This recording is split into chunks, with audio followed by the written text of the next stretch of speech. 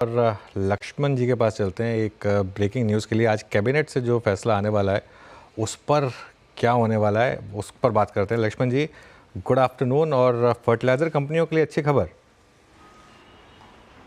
जी हाँ, good afternoon. दरअसल अब से कुछ ही देर बाद, करीब आधे घंटे बाद कैबिनेट की प्रेस कॉन्फ्रेंस होने वाली है और आज जो कैबिनेट की बैठक हुई उसकी औपचारिक जानकारी दी जाएगी। लेकिन जो मुझे सूत्रों से जानकारी मिली है उसके मुताबिक फर्टिलाइजर सेक्टर के लिए एक बड़ा फैसला लिया गया है। वो बड़ा फैसला है दरअसल रबी सीजन के लिए न्यूट्रिएंट बेस्ड फर्टिलाइजर सब्सिडी की नई दरें तय की गई हैं। ये दरअसल ये होता है कि पीएनके फर्टिलाइजर जो होती है उस पीएनके फर्टिलाइजर को बनाने वाली कंपनियों को उनके न्यूट्रिएंट के आधार पर सरकार सब्सिडी देती है और रबी खरीफ के हिसाब से हर साल सरकार उस सब्सिडी की दरें तय करती है। तो सूत्र बता रहे हैं कि अब रबी सीजन के लिए सरकार ने नई दरें तय करने का फैसला लिया गया है। ये नई दरें क्या होंगी ये आपको कैबिनेट के प्रेस कॉन्फ्रेंस से पता चलेगा, लेकिन ये समझा जा रहा है कि नई दरें पिछली दरें से ज्यादा होंगी, यानी ज्यादा सब्सिडी देने का ऐलान यहां पे किया जा सकता है क्योंकि कच्चे माल की कीमतें काफ़ी ज़्यादा बढ़ी हैं। अगर डीएपी की बात करें या जो इंपोर्ट करते हैं रॉ मटेरियल के तौर पर इन फर्टिलाइजर को बनाने में, उसकी कीमतें काफ़ी ज़्यादा बढ़ी हैं। तो ये समझा जा रहा है कि शायद ये फर्टिलाइजर सब्सिडी जो है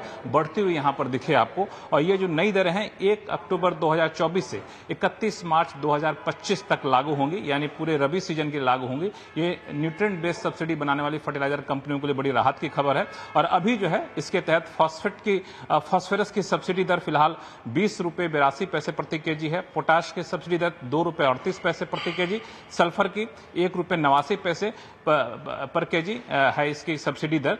और ये पिछले रबी सीजन में इसी के लिए करीब 22,000 करोड़ रुपए की सब्सिडी दी गई थी। तो इस बार ये सब्सिडी की नई दरें नए अमाउंट के साथ सरकार ऐलान करने जा रही है अब से कुछ ही मिनटों बाद। ओके लक्ष्मण जी, कोई आइडिया है कि इसमें कौन कौन सी बड़ी कंपनियां हैं जो न्यूट्रिएंट बेस्ड सब्सिडी से जिनको फ़ायदा होगा?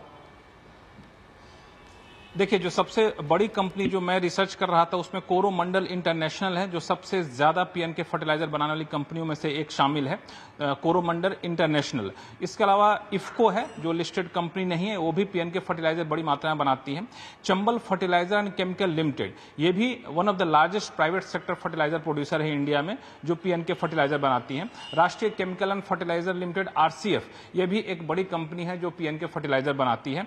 तो ये जो बड़े बड़े नाम फर्टिलाइजर सेक्टर के, मुझे लगता है कि सारी कंपनियां पीएनके फर्टिलाइजर बनाती हैं और यहां पे न्यूट्रिएंट बेस्ड सब्सिडी होती है।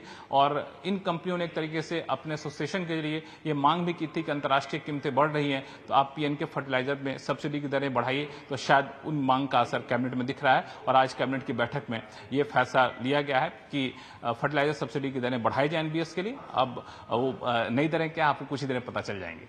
ओके, तो बढ़ाई जाएंगी दरें। और सबसे बड़े प्लेयर कोरोमंडल इंटरनेशनल, ऑब्वियसली सबसे ज़्यादा रैली भी उसी में आ रही है, तो पहले उस पर एक बात कर लेते हैं। गौरांग, कोई व्यू इस सेक्टर पर या इस स्टॉक पर?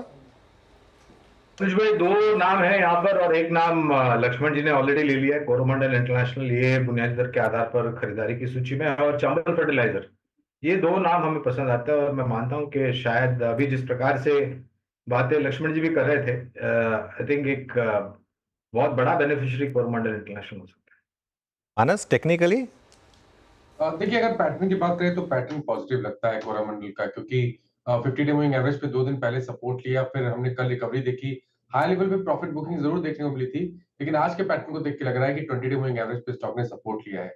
तो 1699 के स्टॉप लॉस से खरीदारी करिए। आई थिंक 1800 तक के टारगेट्स पॉसिबल है स्टॉक में।